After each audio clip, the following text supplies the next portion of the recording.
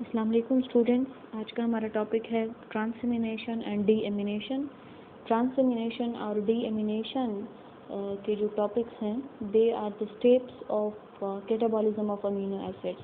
पिछली जो वीडियो हमने पढ़ी थी कैटाबॉलिज्म ऑफ अमीनो एसिड्स के लिए, तो उसमें हमने ये पढ़ा था कि जो प्रोटीन्स हैं they are the polymers of amino acids और डाइजेस्टिव सिस्टम में इनकी कन्वर्जन होती है अमीनो एसिड्स में।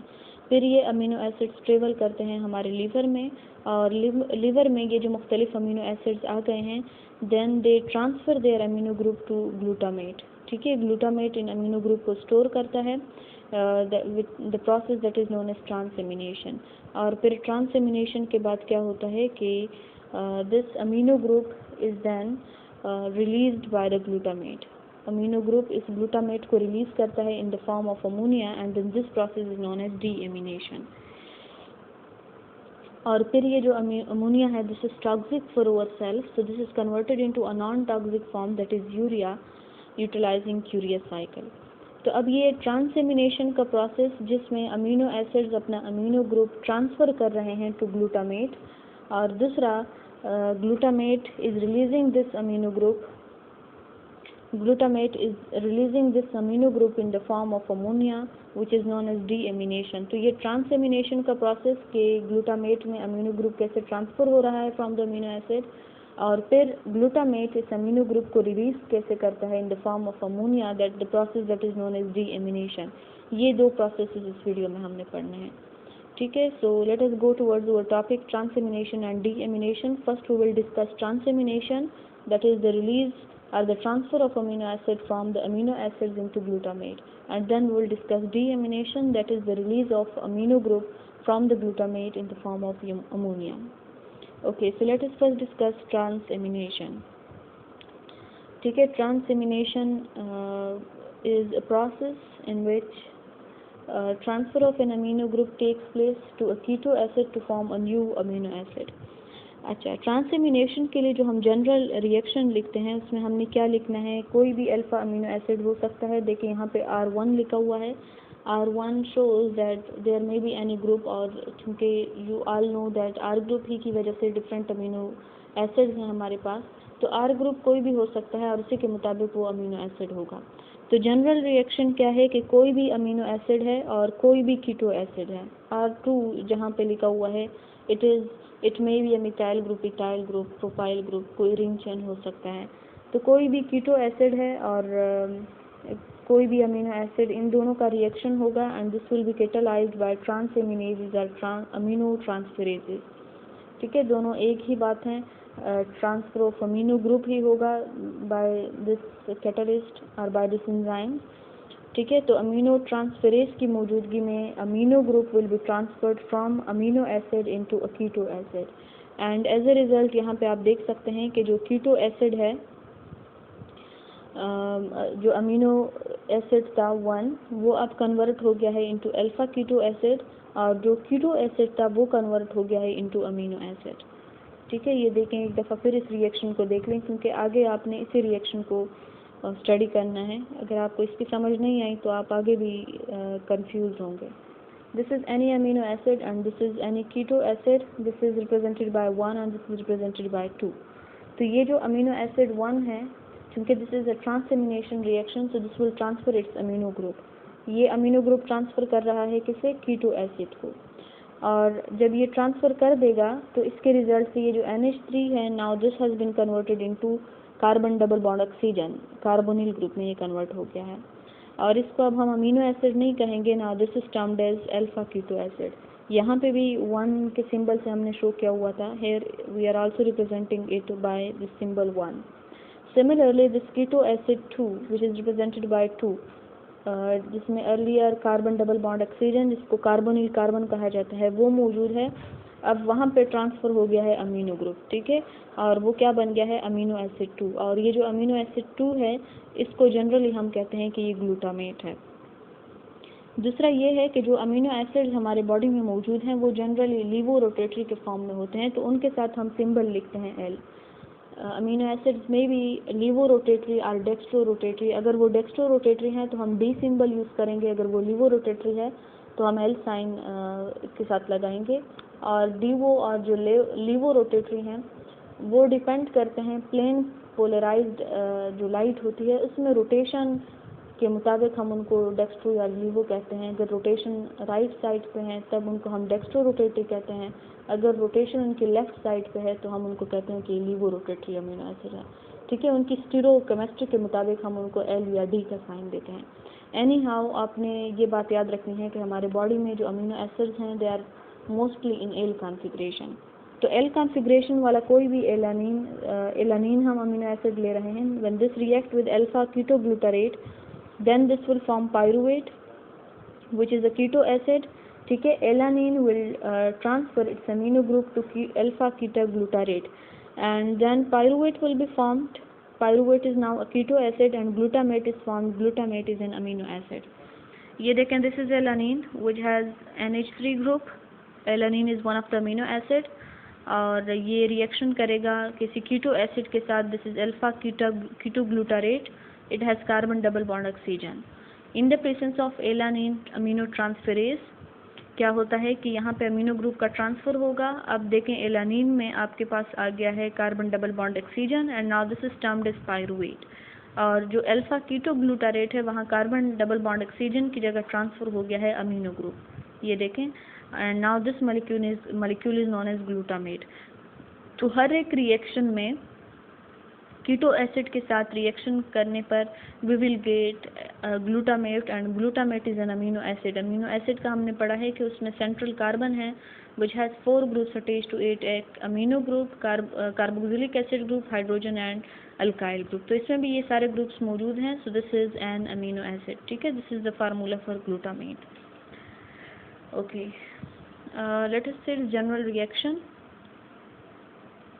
देखें, जनरली हम लिख सकते हैं कि this is amino acid and this is alpha ketoglutarate. When this react together we get keto acid. अब ये कीटो एसिड कोई पायरुवेट भी हो सकता है, ऑक्सैलो एसीटेट भी हो सकता है, लेकिन इसमें कीटो ग्रुप होगा। ठीक है, और दूसरा आपका आएगा glutamate.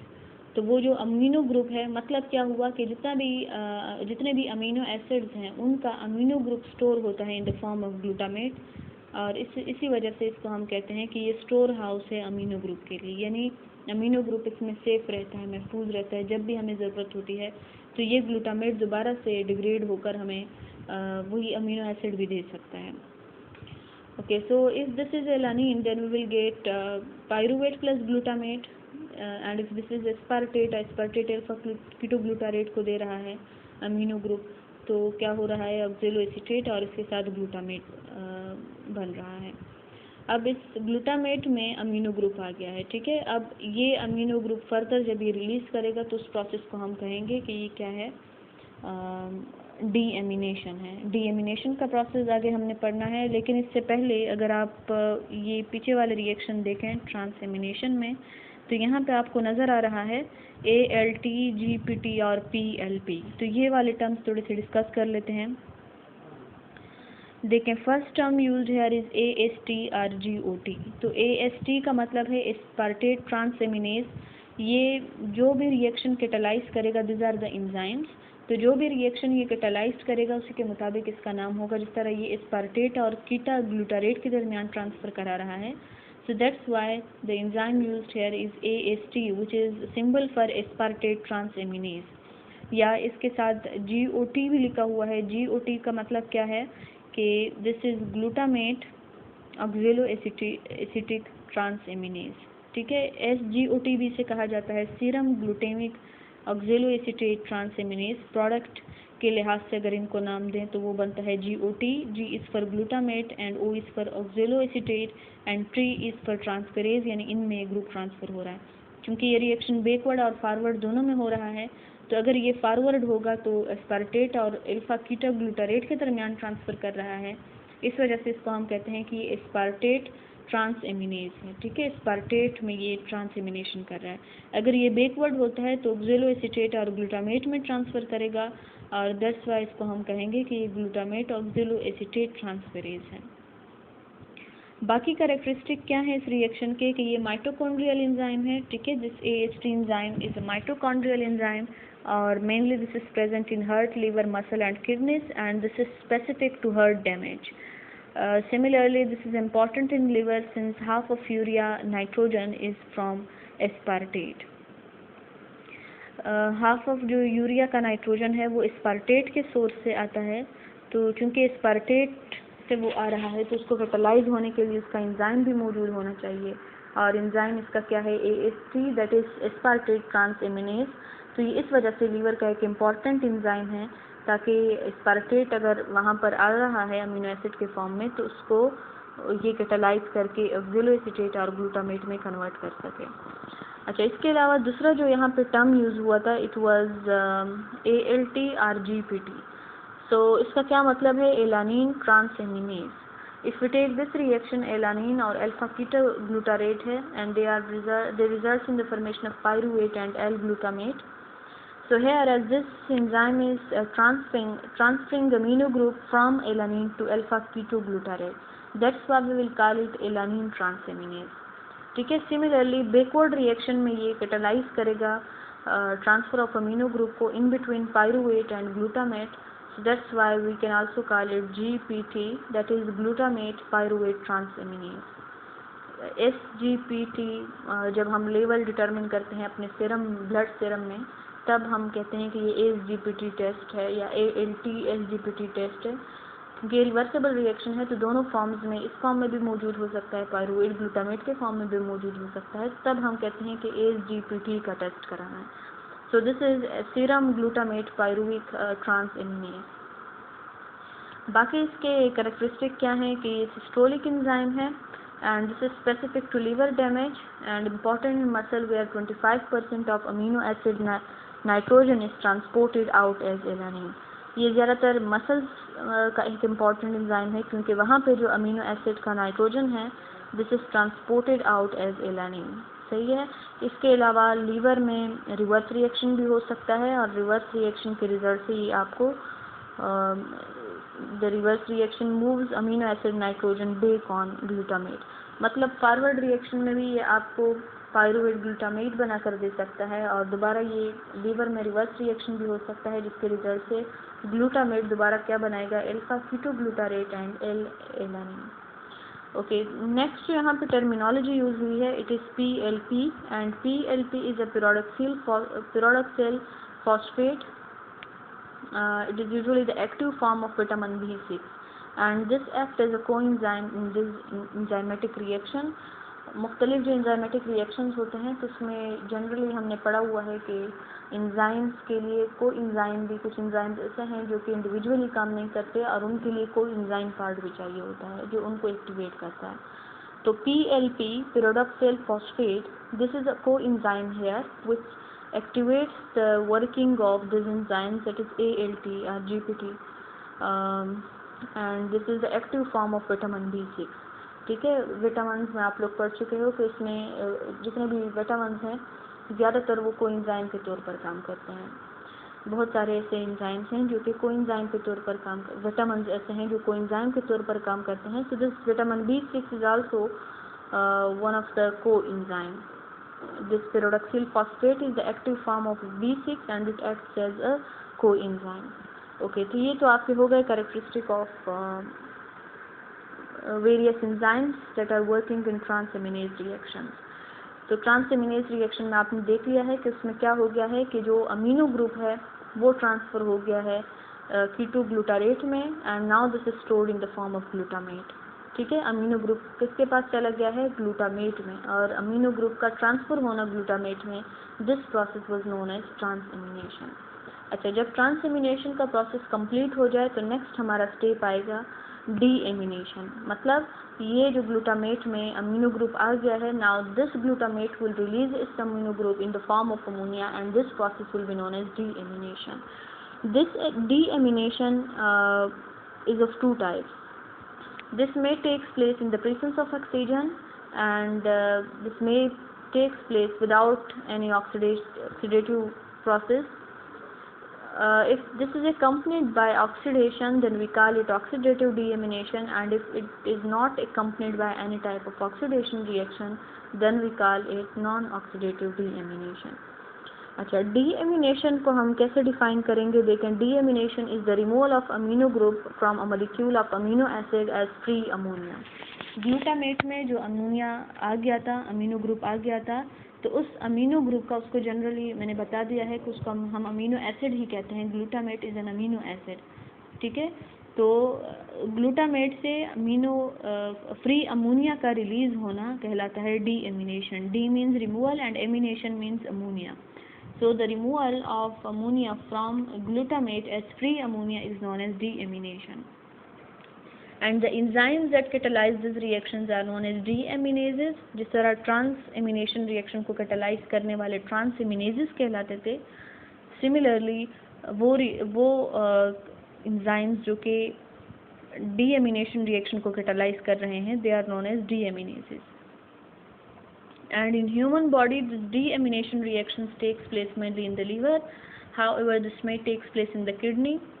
And in situations of excess protein intake, deamination is used to break down amino acids for energy. ठीक है, अगर प्रोटीन की इंटेक हमने ज़्यादा ले ली है तो प्रोटीन सोर्स से भी हम एनर्जी हासिल कर सकते हैं जब उनकी ब्रेक डाउन होगी. Okay, so now let us go towards the types of deamination. जिस तरह हमने पढ़ लिया है कि it has two types, oxidative and non-oxidative. तो ऑक्सीडेटिव की तरफ आते हैं. Oxidative deamination processes are catalyzed by amino acid oxidases. ठीक है, इनको कैटालाइज करने वाले कहलाते हैं amino acid oxidases. Amino oxidative deamination is the liberation of free ammonia from amino group of amino acids coupled with oxidation. ठीक है, अगर ये removal of amino group in the form of ammonia हो रहा है and this is coupled with oxidation, then this process is known as oxidative deamination, and this mostly takes place in the liver and kidney. And oxidative deamination provides us with ammonia for urea synthesis. ये जो urea release करेगा, तो इस urea, चूँकि urea क्या है, non toxic है sales के लिए, तो इसको आगे ये आगे कन्वर्ट होगा यूरिया में, और यूरिया में कन्वर्ट होता है थ्रू यूरिया साइकिल. तो यूरिया सिंथेसिस के लिए ये अमोनिया प्रोवाइड करता है, और अल्फा कीटो एसिड्स प्रोवाइड करता है which perform a variety of reactions including energy generation. ठीक है, जब अमोनिया इससे अलग होगा, दूसरा पार्ट जिसका अल्फा कीटो एसिड रह जाता है, तो वो मुख्तलिफ रिएक्शंस में जाकर हमें एनर्जी भी प्रोवाइड करके दे सकता है. Okay, so this oxidases. अच्छा, यहाँ पे जो अमीनो ऑक्सीडेजेस की हमने बात की हुई है, तो जिस तरह हमने स्टार्ट में डिस्कस किया कि अमीनो एसिड्स की दो टाइप हैं, एल अमीनो एसिड्स जो लीवो रोटेटरी हैं, और दूसरे क्या हैं जो डेक्स्ट्रो रोटेटरी है, जिनको हम कहते हैं डी अमीनो एसिड्स. तो डी अमीनो एसिड और एल अमीनो एसिड के बेस पर ये ऑक्सीडेजेस भी टू टाइप्स के हैं. वो ऑक्सीडेजेस जो एल अमीनो एसिड्स को कैटालाइज करते हैं उनको कहा जाता है एल अमीनो एसिड ऑक्सीडेजेस, और वो जो डी अमीनो एसिड्स को कैटालाइज करते हैं they are known as D amino acid oxidases. So let us go towards the oxidases. L-amino acid oxidase acts on all amino acid except glycine and dicarboxylic acid.